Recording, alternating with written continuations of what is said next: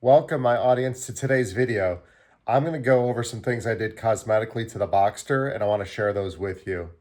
As you know, recently I got the front bumper resprayed. It had some indentations in there, and we just wanted to get that thing cleaned up, and we did that. And then when I got it back from the shop, there's a couple things I did to it. One, I replaced the rear badge on the trunk, so I'm going to show you that. And then I also took a look at the headlights, and we'll see how that went. Spoiler alert, it didn't go that well, but it went well enough. And then lastly, I want to share with you why I was doing all these cosmetic things. So thank you so much for joining me today. Let's dive right into that rear badge replacement application. Thank you. I replaced the rear emblem on the Boxster. The B had been broken by a previous owner, and this is pretty common when people go to wash it, that B snags and then gets broken off. So I ordered a new one from Pelican Parts. It was about $85 with shipping and handling, and it is pretty much an exact replica of what was originally on the car. And as you can see in this photograph here. And then to install it, I used a hairdryer to loosen up the old glue, some blue tape to mark where the old logo was at, some alcohol to get some residue off, and then dental floss to actually break the emblem away from the car. Here's some time-lapse video of how I took the old emblem off and put the new one on. First step was to mark the location of the old emblem. I wasn't sure if I took the old emblem off, I'd be able to see where it was at. So this blue tape assures that I know exactly where the old one was and where to put the new one at. Once that location was established, I got out just a hairdryer from the bathroom, right? And I heated it up on high. I tested it with my hand to make sure it wasn't getting too hot, but it was hot enough to loosen up that glue or adhesive behind the old logo. That logo had presumably been on there for 28 years. So there we are, we're heating it up, and then I take dental floss. And I take the dental floss and go through the adhesive behind the old emblem, and I pull and I saw back and forth. And this part was actually super easy. I've done this a couple times, and I'm always surprised how easily dental floss gets this stuff off.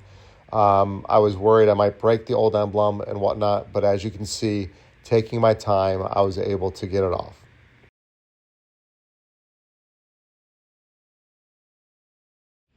Okay, with the emblem off, I was surprised to see how much residue was left behind. Now what am I going to do? So I took my alcohol and a clean cloth, and I tried to dab it and try and get the adhesive off, but it was not coming off. So I used the hairdryer to heat it up, and that seemed to do the trick, but it was very methodical, slow-going work where I had to pick at it, I had to heat it back up again, pick at it some more, and eventually I did get all the residue off of the back of the car.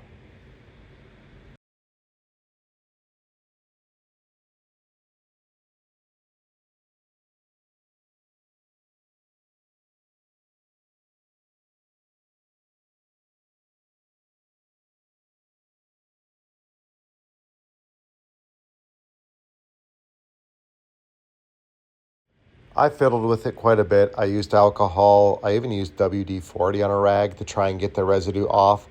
And eventually it did come off, but took a lot more labor than I had thought it would. And even after I got it all off, you could still kind of see the halo or outline of the word Boxster on there. And because I was putting a new emblem on there, I said, you know what, enough is enough. This will be good enough.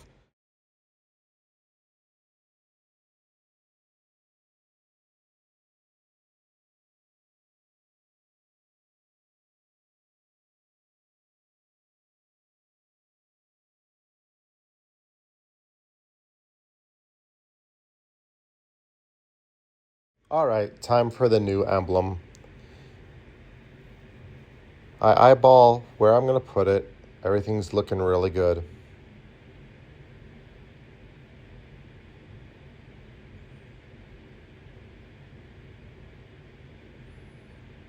I then get some of my blue masking tape ready to go.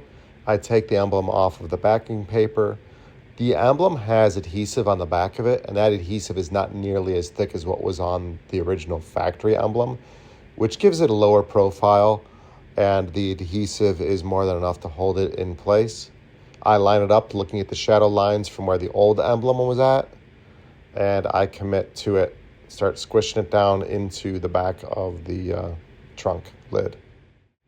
pressing down lightly in all the different little spots. There's a lot of little parts of the lettering on there, making sure they're all stuck down.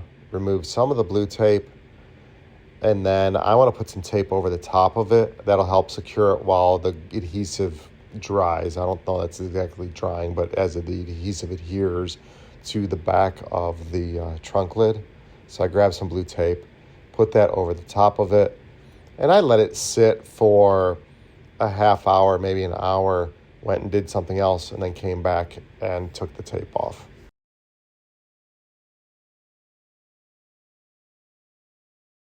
Once all the tape was off, I double checked to make sure everything was fastened well to the hood, including like the little bits of the R and the B and other letters, just to make sure everything was adhering good. And I've been driving around with it for almost a month now, and it's been holding on there just fine. So I think it was a good choice to replace that. Here's some pictures of it.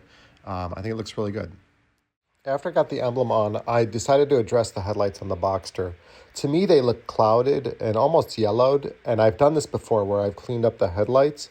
As it turned out, it was something entirely different, but I'm going to show you the process I went through, which is pretty typical. It's not the most exciting video, but here you can see me taping off the headlight, and I had a turtle wax kit that I've used before on other cars, and I was going to use it on this one as well. And that turtle wax kit includes a polishing compound that you could just put on a rag, and it kind of scuffs up the headlight. And then for deeper grooves or a tougher headlight, it comes with 4 little sandpaper squares and a lubricating compound. Once the headlight was taped, I washed it with a cloth rag. And then I took a cotton rag and put the turtle wax compound on there. And what I'm going to do is basically buff the lens, and that should get rid of the yellowing, should get rid of the scratches, and it should look shiny after that. There's something we can do if that doesn't work. And this video just kind of shows you, I put a little bit on the rag, buff it or rub it onto the headlight, work through all the different areas.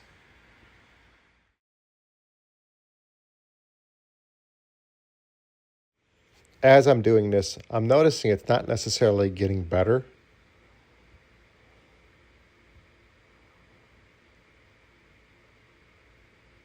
But I keep focusing in on the areas that are still cloudy. I rub it off with another rag, clean it up a little bit, and notice I still have these strange little line areas. So I transition over to the sandpaper pads.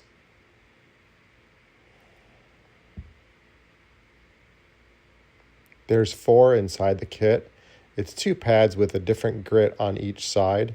And there's 2 areas that have these like exposed lines on the headlight. And now what I'm starting to think is this is not just yellowing from the headlight, it's actual overspray. At some point somebody clear coated something, possibly the bumper when it was resprayed before I owned it, and that overspray is on there. And I'm hoping that by doing 4 passes of different grit sandpaper, I'm going to get rid of those lines and get rid of that overspray that's on the headlight. Otherwise, the rest of the headlight's looking pretty good at this point. When you work on this, always work on one headlight first and then the other. Don't try and do them in pairs. It's just easier just to focus in on one headlight at a time. Another note is when I'm using this sandpaper that came in the kit, there's a lubricant that I'm spraying on there. So I'm no longer spraying that compound on there. I'm spraying the lubricant. And then you follow it up with one more pass of the compound. And ultimately, neither of these work to get that overspray off.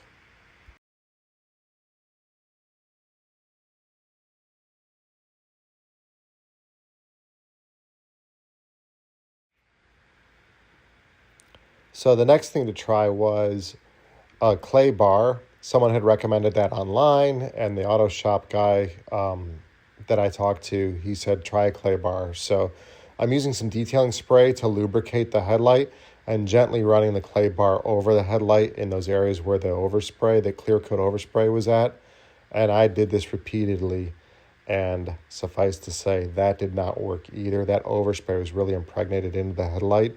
It looked like it got a little bit of out of there, but I would have been doing this for a day, if not longer. So what I'm thinking is if I get a buffing device, that you plug in, or a cordless one, I could probably go after this overspray on the headlights with that, and that would give me a little bit more muscle.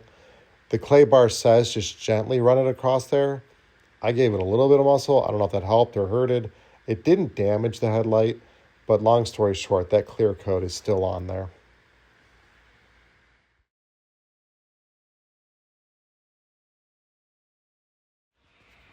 So why did I do all this with the Boxster? Because there was a car show. I'd always wanted to have a car that I could take to a car show, and this was the year. I had had the Boxster for a year, and I actually had put it in a car show before, but this was a special car show on Father's Day near my home, and I was so excited to take the Boxster there. She was looking great with the new emblem on the back. The headlights look good despite the clear coat on there, the freshly sprayed bumper, and I detailed the inside and out of the car.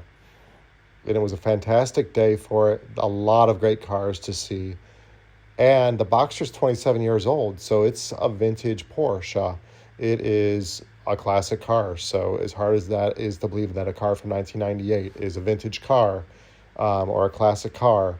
And this particular show has started to expand that. It used to be all very old pre-World War II cars, but now it goes all the way up to, like I said, I think 2000 or 1999. It was a wonderful day, wonderful show, and it was so great talking to everyone. And the Boxster got an award for 1990s sports cars. So that was 1986 up to 2000 sports cars. It got first place in that category. So we got an award at our first kind of Father's Day car show. So it was definitely a dream come true. I know awards aren't everything and not everyone's deal, but I was super happy with that. Okay, so that concludes today's video, you guys. You got to see me change out the emblem on the back of the Boxster. We tried to fix up those headlights. That didn't work so well. And we got into our second car show, but our first big one that we wanted to go to, and got an award there. Thank you so much for joining me. I really appreciate you taking the time to look at our channel. Please hit the like button. Please subscribe if you could. I'm trying to grow the channel, or at least share more and more of my experiences with you. But until next time, thank you so much. And Mowgli says thank you as well too. Huh, Mowgli? See you guys.